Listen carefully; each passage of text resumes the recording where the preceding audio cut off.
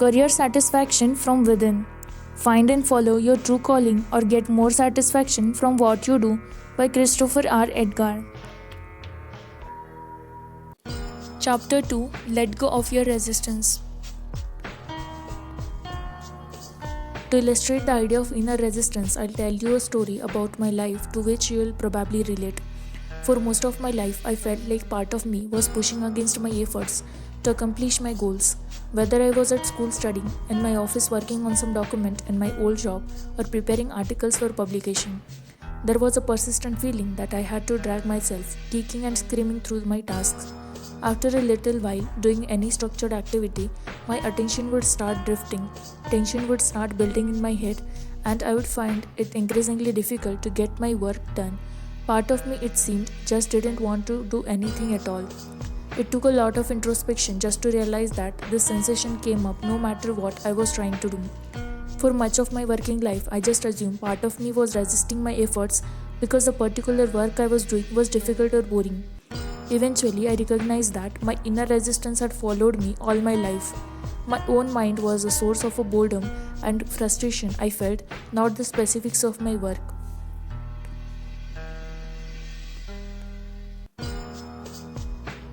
My inner resistance is the reason why, while I look like a successful and high powered guy on paper, my accomplishments in the past usually came with tremendous efforts. Generally, I had to really fight to maintain my focus and push myself through my projects. By contrast, some people I've known, and I'll bet you know people like this too, seem to attract what they want in life with minimal effort and suffering. One day during a meditation, I had another sudden realization. The resistant part of me was angry because it didn't feel it was ever accepted for who it was. It felt that the world only valued it for what it could accumulate and accomplish. Because the world had refused to unconditionally love this part of me, it didn't want to contribute to or do work for the world. Just having this knowledge did much change my attitude towards work and gift me with the peace and focus I'd wanted. When I acknowledged what the resistant part was upset about, I felt it begin to relax. It was as if I'd given that part the attention and appreciation it wanted, and it felt free to call a truce in its war against the world. My work took on a sense of ease and flow I hadn't experienced previously. Sometimes I felt the old tension return as I was working, but when I put my attention on the resistant part and the reasons it was upset, I again felt the tension dissolve. Psychologists call the part of you that creates this resistance narcissistic rage. Our narcissistic rage begins arising the first time we learn, usually when we are very young. The others aren't going to unconditionally accept us no matter what we feel and do. Instead, they demand we behave according to their rules and desires and punish or ignore us if we don't. Psychologist Karen E. Peterson aptly describes the origin of this rage and its effect on our working lives in The Tomorrow Trap, Unlocking the Secrets of the Procrastination Protection Syndrome. The original source of procrastination is unconscious shame emanating from issues that originate at birth or during childhood. They include perceived or real physical imperfections, flawed or disrupted parenting, neglect, or even abuse. When one refers to these unresolved issues as destiny, a cross to bear, or karma, the fact remains that these issues must be worked through in order to lead a productive, meaningful life. A rageful part is angry that it's not allowed to simply be itself. As Dr. John Furman and Anna Gila put it in The Primal Bond, it is a direct result of an assault to the self, and it stays angry well into our adulthood. It doesn't like doing structured activities like drafting documents and writing computer programs. It wants to simply sit there in silence and be. We often shame this resistant part, calling ourselves lazy or stupid when we get distracted. However, the more we try to shut it up or force it down, the angrier and more resistant this part becomes. The only way to make peace with it is to give it the acknowledgement and affection it craves. The key takeaway from this is that your work doesn't always have to feel like work. That is, no matter what you do for a living, it doesn't have to feel frustrating, boring, or stifling. Your inner resistance to giving your gifts to the world creates these sensations, not the people in your workplace, the repetitiveness of your task, your office drab decor, or some other aspect of the outside world. Dissolve your resistance, and the peace and productivity you have hoped for will return.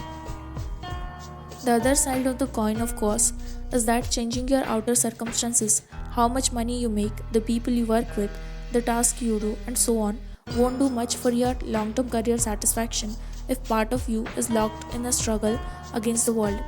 To achieve lasting fulfillment in your work, you need to come to terms with the part of you that fights back against your creativity and productivity. The following exercises are intended to help you work towards this goal.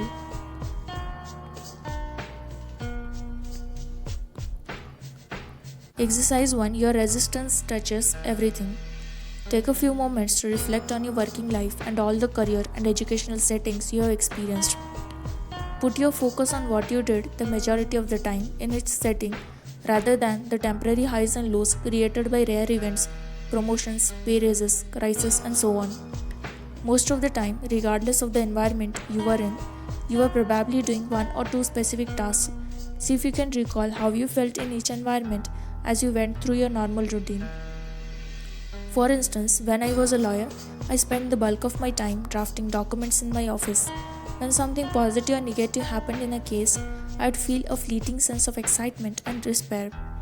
Moments later, the feeling subsided and I'd be back in my office doing my usual routine. If I were doing this exercise, I'd focus on how I felt the vast majority of the time, while drafting documents rather than my experience when a big win or loss occurred. As you bring your attention to how you felt most of the time in each environment, see if you notice a subtle or perhaps not so subtle sense that you weren't happy there or that you wanted to do something else.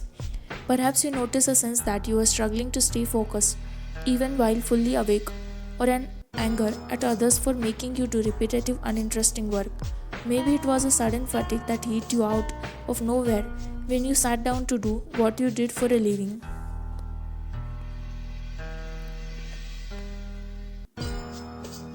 If you recall feeling these sensations during your usual routine, you'll probably observe that the sensations have followed you wherever you have gone.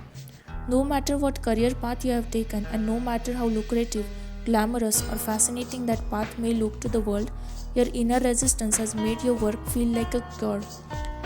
You have wanted to feel a sense of peace and ease as you work, but everything you have done in a career context has come with some degree of frustration or pain.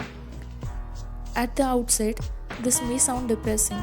The realization that no matter what you have done, your inner resistance has always held you back may momentarily give you a sense of hopelessness or despair, but it also gives you a sense of perspective.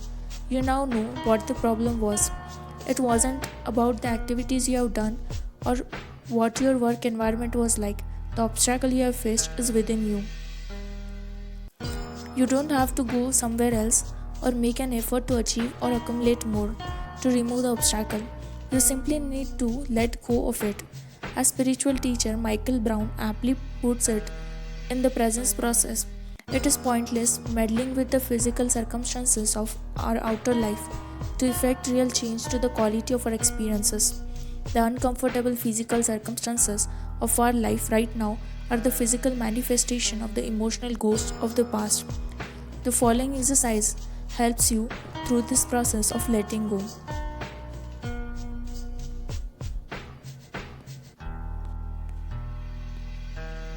Exercise 2. Fully experience your resistance.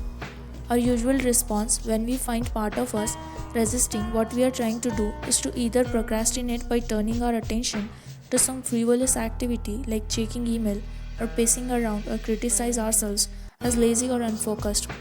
Unfortunately, this only magnifies our resistance and makes working even more difficult. The next time you experience your resistance, try doing neither. Instead, breathe steadily and focus your attention on your resistance and notice every aspect of how your resistance feels. Become aware of how you experience it in your body, perhaps as a feeling of getting physically pulled away from what you are doing, or the muscles in some area of your body tightening. Also, notice the thoughts that come as you resist what you are doing. For example, do you start feeling critical at your work, wishing you were doing something different, thinking about other unhappy aspects of your life or something else? Once you understand what's going on in your moments of resistance. Hold the resistance in your loving awareness. Treat it as you would an infant in distress. Send it the silent message that you are with it and you are going to stay there without judgment or pushing it until the episode passes. You are going to embrace it and give it whatever it needs to get through what it's experiencing. Realize that, in a sense, this part of you is a distressed infant. It's a very young part that resents being forced to do what others want all the time and wants some time and space to simply be. Allow it some time to be itself without meeting anyone's demands or requirements. The sensations you are feeling may briefly intensify, and you may even start recalling moments from your early life when you felt dominated or neglected. No matter what you experience, keep breathing and holding your attention on the resistance. Give it a safe environment for it to release its anger and return to a peaceful state.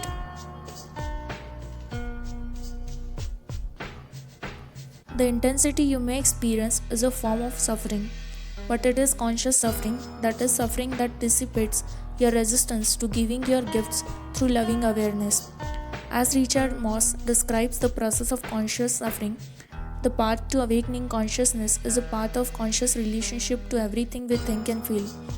It is ceaseless inquiry and necessary conscious suffering, which must continue until more and more easily we can rest in the fullness of being. Gradually, you'll notice your unpleasant feelings beginning to die down, and eventually they'll feel dissipate completely. Once the sensations have subsided, return to your work. You may find that your resistance is gone and that your creativity and focus are fully returned. Even if your resistance does return, you'll likely notice that its intensity has weakened. As you repeat this process each time the resistance recurs, it will trouble you less and less often. You can also do this exercise if you are having difficulty taking steps to make the career transition you want. Perhaps you find your body resistant when you are researching career possibilities, contemplating making calls to possible business partners, or simply thinking about leaving your job. When this happens, breathe and focus on the sensations you are feeling, training your loving attention on your resistance until it passes. You'll likely start experiencing a greater sense of ease and flow as you plan your transition.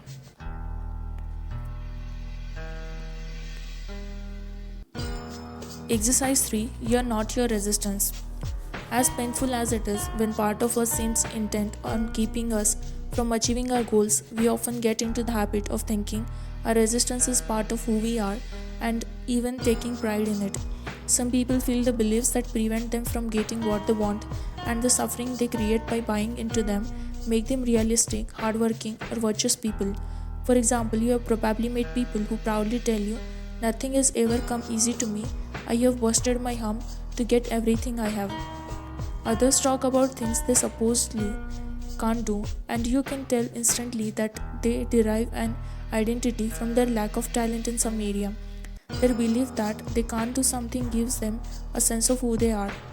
They say things like, "I would love to be a writer, but I'm not creative," or "I would love to get into politics, but I can't stand arguing with people." Or maybe they'll tell you something more general like, "I have no motivation." This mindset comforts them because it at least allows them to say to themselves, "I know who I am. I am a guy who can't write." If you want to dissolve your inner resistance, it's important to understand that your resistance isn't part of who you are. If you remain identified with your resistance, you'll cling to it and refuse to give it up because you'll feel like letting go of it might hurt you or leave you empty. A key step in recognizing that your resistance isn't who you are and then releasing it is becoming aware of the ways you treat it as if it were part of your identity.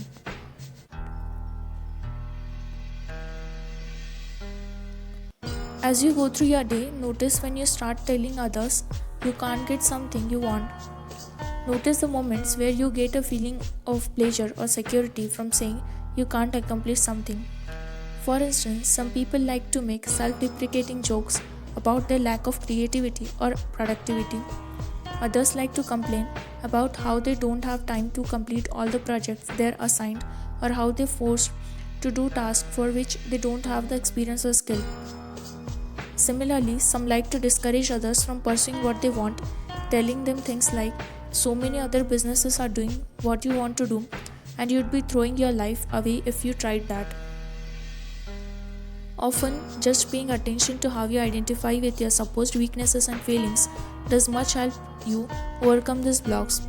If this doesn't work and you find yourself still making negative statements about yourself in your mind and to others, try another approach.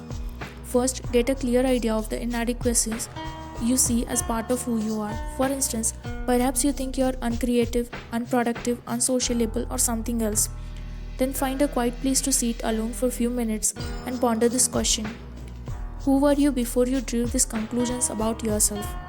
For that matter, who were you before you had any beliefs about yourself at all? I find when I ask myself questions like this, my mind draws a blank and all thinking stops for a few moments.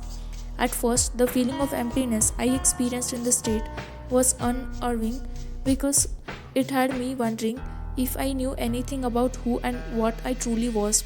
However, when I allowed this state to persist, I began to feel a sense of peace and composure. This emptiness I recognized was my natural state before I made any decision about who I was and what I could and couldn't do. The spaciousness I felt represented my infinite potential to define who and what I wanted to be, and I would fill that space with the ideas I had adopted about myself. And if I had created my own beliefs about myself, they weren't part of my identity.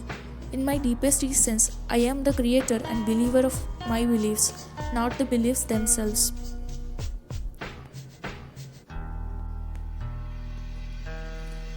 There is a Zen koan or saying that goes, "Show me your original face before you were born." When I first heard the koan, my initial reaction was that it made no sense. I didn't exist before I was born, so how could I had a face? But as I contemplated it further, I saw a deeper meaning in it. In the phrase, "before you were born," I recognized you means your identity or the set of beliefs you have adopted about yourself. You gave birth to yourself when you drew your conclusions about who you were. Every time you make a decision about yourself, like, "I am good with computers," "I am bad with people," "I can't manage money," or so forth, you give birth to another part of your identity. But you have an original face, the emptiness you were before you identified with anything, and you can always return to that peaceful void if the beliefs you have adopted about yourself aren't serving you. Spiritual teacher Osho offers a helpful description of the idea of your original face in The Courage, the Joy of Living Dangerously. Just be what you are and don't care a bit about the world. Then you will feel a tremendous relaxation and a deep peace within your heart. This is what Zen people call your original face, relaxed, without tensions, without pretensions, without hypocrisies, without the so-called disciplines of how you should behave. The exercise I have described here is designed to help you see your original face and realize that the ways you resist giving your gifts to the world aren't part of who you are.